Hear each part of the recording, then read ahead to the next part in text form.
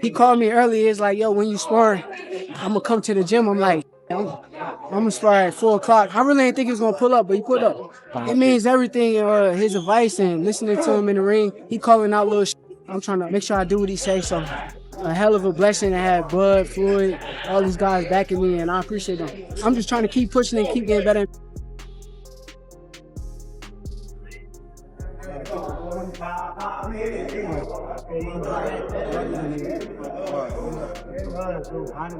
The most skillful fighter at 135 will be hands down. When people hear Floyd Mayweather Jr.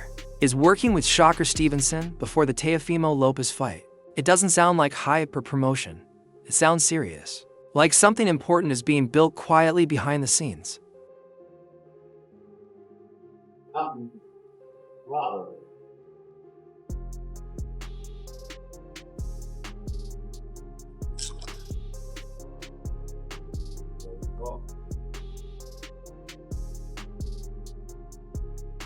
Oh, it was so amazing. It was, but now I'm kind of so used to like, regular. Yes, it feels so normal. Like, honestly, that's why me and like Floyd is so like close now, because it's like I'm a genuine person, and he don't like he like genuine people around. So, do you think he sees a lot of you in himself? Yeah, he do. I know he do. But like I said, I feel as though I appreciate them guys. I appreciate them. I really don't even look at them like how everybody else look at them. I look at them friends. Yeah, like it's like cool people. Floyd, Shakur, and Terence Crawford aren't just friends. They understand each other in the gym. They speak the same boxing language, timing, discipline, and knowing how fights are really won. Floyd coming into Shakur and Bud's camps isn't about attention.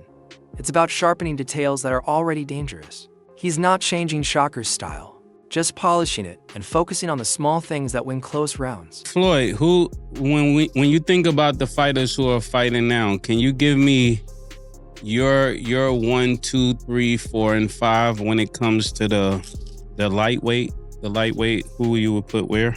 Well, you got guys fighting between 130, 135, and 140. They stack, around that area. So, I mean, as of right now, skills that pay the bills. The most skillful fighter at 135 will be hands down Shakur Stevenson. And what is it about him? Because I know he have a lot of good attributes, but do you think he has enough power to sustain? Well, it's really all about skills. Pernell Whitaker wasn't a huge puncher, but he was, very exciting, very tough, and he fought everybody. And Shakur is trying to do the same thing. He want to fight the best they got. Foot placement, punch selection, and defense under pressure, things casual fans may not notice, but fighters feel instantly. Floyd has always shared knowledge with fighters who respect the craft, not because he has to, but because he recognizes real discipline. For Shakur, Floyd's presence isn't about copying him.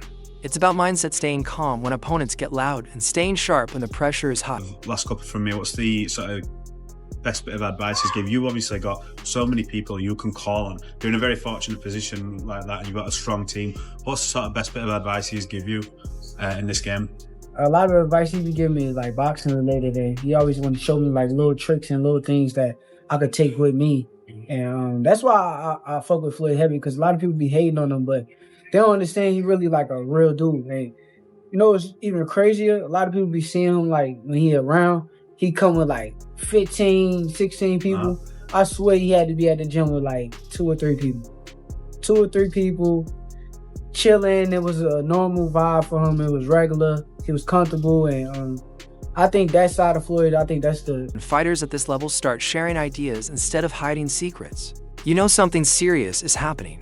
And once Floyd is helping sharpen Shakur's skills, attention naturally shifts to fighters who have actually faced Teofimo Lopez in the ring. He's an amazing fighter. He's going to have a great career. Crazy skills, good boxing ability, and I will always be proud of him, always. That's why, even like Shakur. That's where Jamaine Ortiz comes in. His opinion matters because it's honest, not hype. He's not guessing from highlights. He fought Teofimo and knows what it feels like. When Ortiz says he leans towards Shakur, it's not disrespect, it's logic. Cutting off the ring sounds easy, but doing it against Shakur is a much harder task. Or have the winner of the two. So, I mean, who do you think wins that fight? I mean, do you think Shakur will be able to? I think Shakur would win. Yeah. You know, Shakur's a great boxer, and we just seen what I did to Teofimo, so Shakur will be able to box him out. Ortiz even said training camp showed him exactly what he expected from Teofimo. That's a dangerous compliment. No surprises means no fear. He also explained that Shakur lives in those in-between moments where punches miss, timing breaks down, and frustration grows. His main point was clear. Landing clean punches on Shakur consistently will be very hard. Not impossible, just hard. Hopefully during training camp they learn how to cut off the ring. We'll see. You know, I think I don't. It's gonna be hard for Teofimo to get in some punches off on Shakur. That's real boxing honesty. No drama, no exaggeration. Ortiz also talked about wanting to impress on the same night, which fits a fighter's mindset. But the bigger takeaway is simple. When fighters who have felt Teofimo's power still say Shakur's, control is the bigger problem that matters. This fight isn't about wild moments, it's about who gets to fight comfortably. And when someone experienced says, that's tough, it's a warning. Being in the ring with Teofimo, was there anything that surprised you with him in terms of not the success you had, but like, was there anything you thought would be harder or anything that he did that you didn't expect? No, everything, training camp went so well for that fight that everything I seen, I already expected and seen it coming. Right after Jamaine Ortiz's calm, clinical read, the kind of take you nod at. View after Ortiz's calm and logical breakdown, Greg Hackett brings a totally different energy. Where Ortiz talks control and strategy, Hackett talks chaos. He reminds everyone that boxing isn't always a chess match. Sometimes one big moment changes everything. His message is simple: if Teofimo lands the right shot at the right time, the fight can turn dangerous fast. Shakur for the dub. I like Shakur for the dub because he knows how to win. Like, he knows how to win. You know what I'm saying? And he's always prepared to win. So, and I think Shakur respects Teo, where he gonna train like he's never trained before, because this is a great fight for him. This is probably the best fight of his career up to date. Even though he's been in some great fights, this is probably the best. Both things can be true. Shakur is smart, technical, and hard to hit, and Teofimo can explode with speed and power that breaks game plans. When Hackett talks about pressure and urgency, he's describing a way to force a different fight. One shift in rhythm from Teofimo could change everything.